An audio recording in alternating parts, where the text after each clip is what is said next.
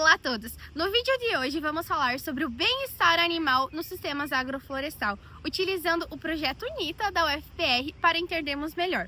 Para isso, trouxemos o professor e doutor Aníbal, um dos principais fundadores do projeto. Mas antes disso, eu vou fazer uma autodescrição minha. Eu sou uma menina loira, dos olhos claros e pele branca, e estou no setor de Ciências Agrárias da UFPR. Então, vamos ao vídeo? Estamos aqui com o professor Aníbal e hoje vamos falar um pouquinho mais sobre sistemas agroflorestais na pecuária. Então vamos às perguntas. O que é o NITA e como ele funciona aqui na faculdade? O NITA é como se fosse um grupo de pesquisa, né? A gente resolveu colocar esse nome, Núcleo de Inovação Tecnológica em Agropecuária, NITA, porque nós temos alunos de pós-graduação, alunos de graduação, tem trabalhos de iniciação científica, dissertações, teses envolvidas em trabalhos num projeto aqui na fazenda do Canguiri.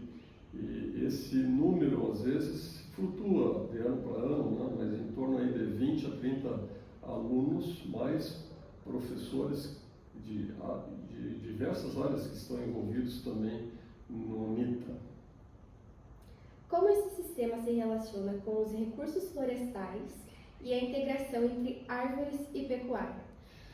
Quando nós optamos em montar um projeto aqui na fazenda do Canguiri, a ideia era ter diferentes sistemas de produção, nos quais teria um componente arbóreo e não ter o componente arbóreo, para ver o efeito da árvore nos diferentes sistemas, né?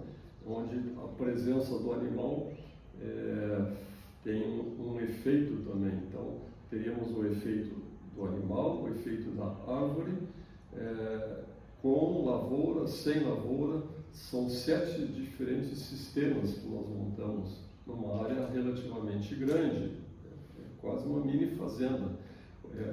Eu diria que, pelo menos no sul do Brasil, é a maior área experimental, né? Porque abrange 25 hectares no total.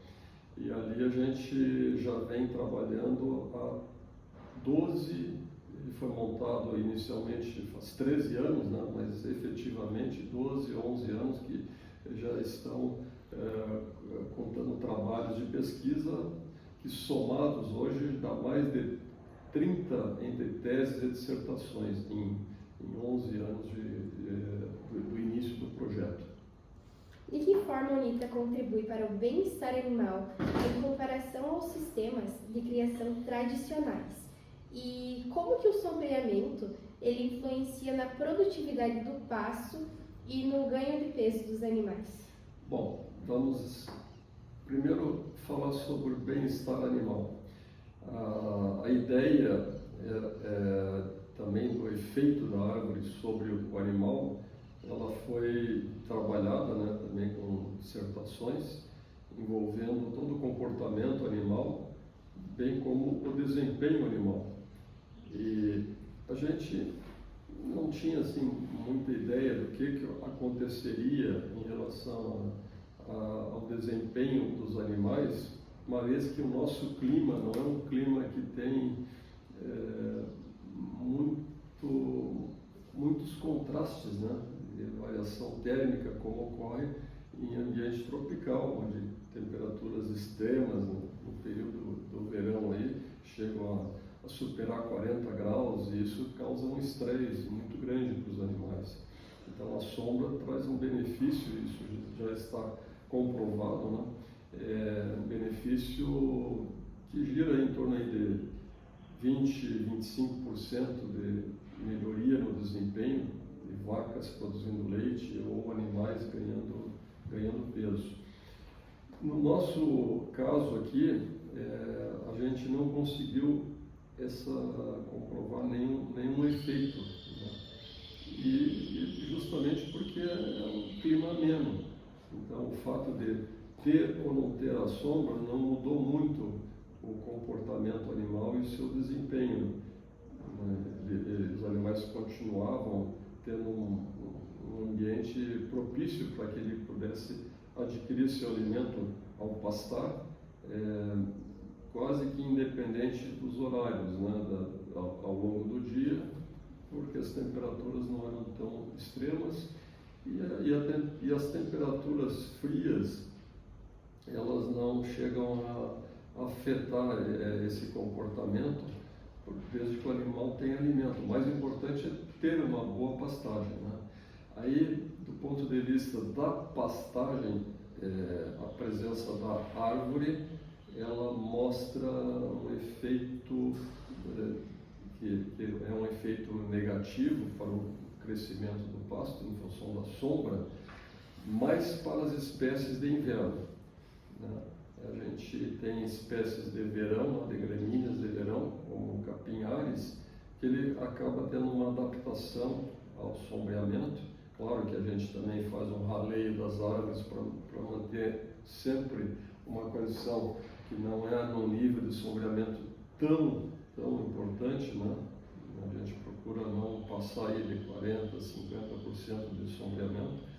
E isso foi, ao longo do tempo, foi feito um raleamento para que pudesse manter uma entrada mínima de luz. E essas espécies perenes, durante a primavera e verão, têm um crescimento praticamente igual, comparativamente a pleno sol. Mas no inverno, as espécies que são semeadas de aveias e que são anuais, elas já sentem e produzem praticamente a metade do que elas produzem a pleno sol.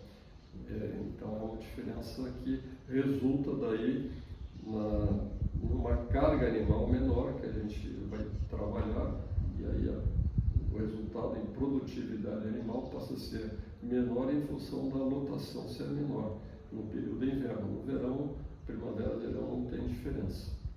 E quais que são os principais impactos ambientais positivos deste modelo? A gente também avaliou, né, e continuamos avaliando, do ponto de vista aí de solo, né, se esse efeito no solo traz um impacto de melhoria, principalmente na questão aí da matéria orgânica, né, no incremento de carbono. Esse efeito é positivo para o solo, porque o solo mais rico em matéria orgânica tem propriedades que favorecem, né, a física, a biologia, a química, e ao mesmo tempo favorece também a atmosfera, porque a gente tira carbono, tá? Tem um modelo que extrai carbono, CO2, da atmosfera, então a gente acaba tendo uma mitigação de gases de efeito estufa, favorecendo também esse lado, né, de redução aí dos efeitos climáticos, que tem sido um problema muito sério, a cada ano mais sério, né?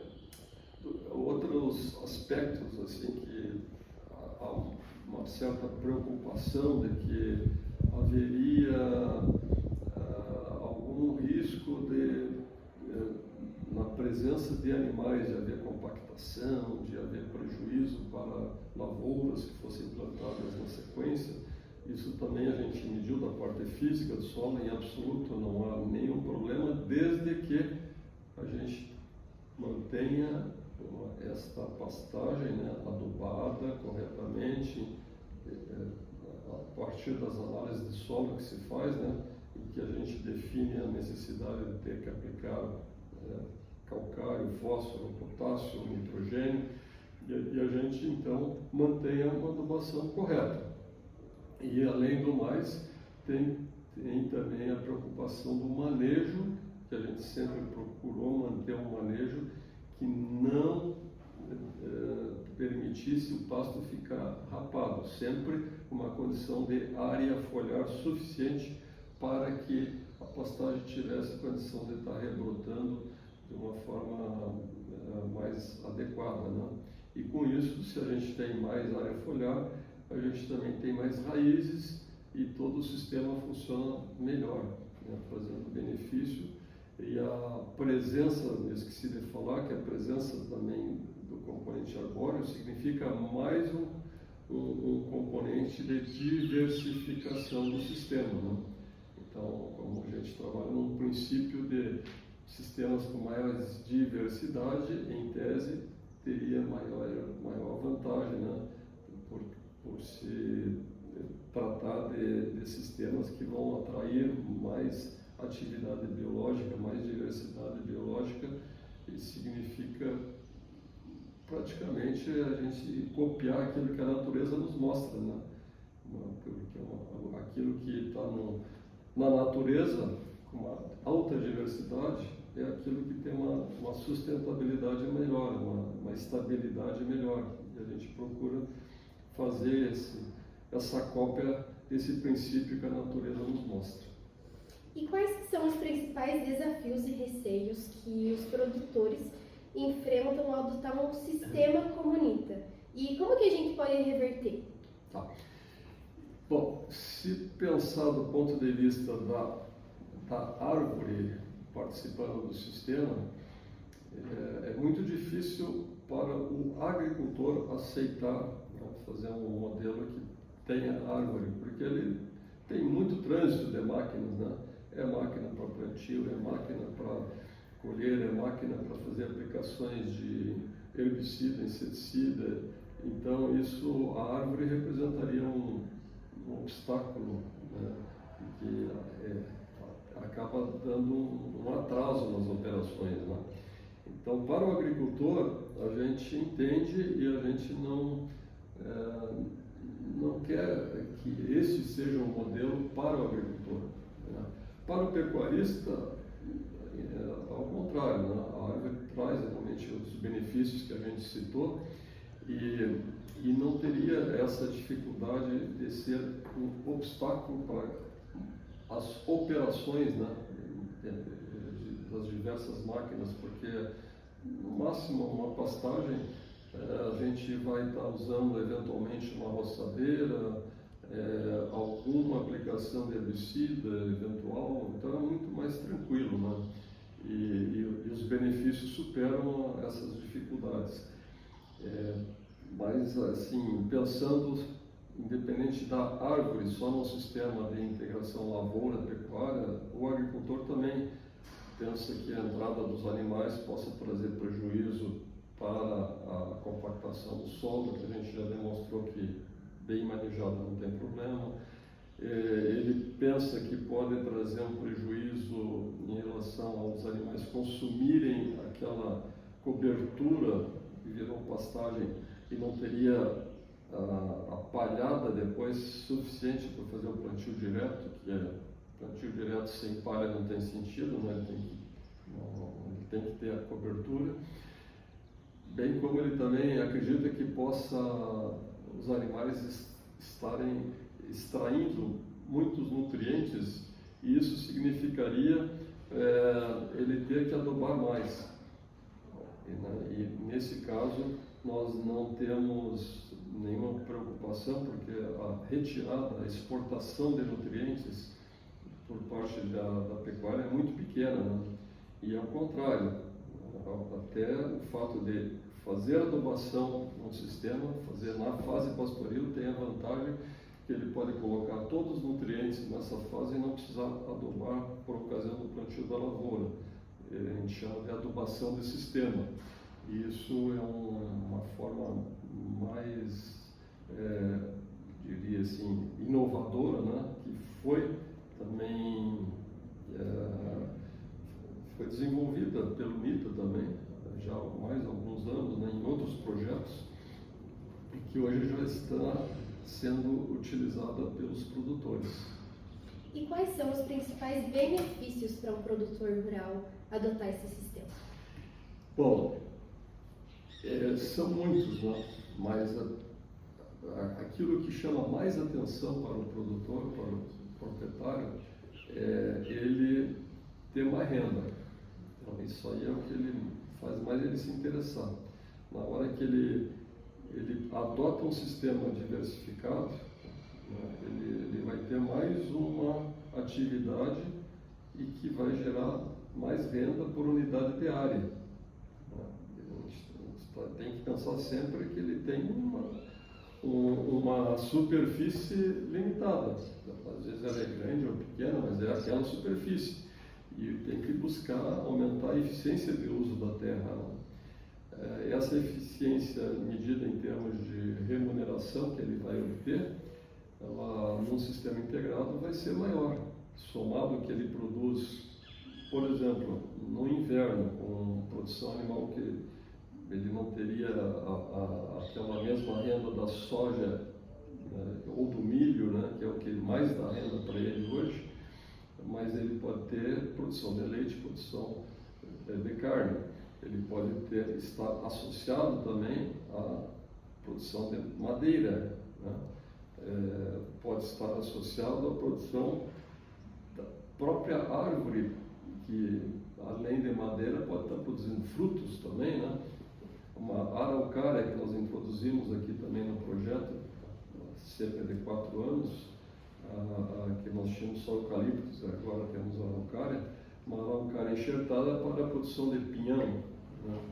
Então tem esse benefício também. Mais uma coisa importante para o agricultor, que ele vive praticamente hoje produzindo somente soja, né? São raros os agricultores que fazem rotação, que é necessário, mas aquele que produz soja, ele corre alto risco. Então, num sistema integrado, nós temos uma redução tremenda de risco, né? Imaginem se dá uma chuva de granizo, a lavoura acaba, né? Totalmente, pode ser dizimada de uma hora para outra, né? Dá uma geada fora de época também pode acabar com a lavoura de vez.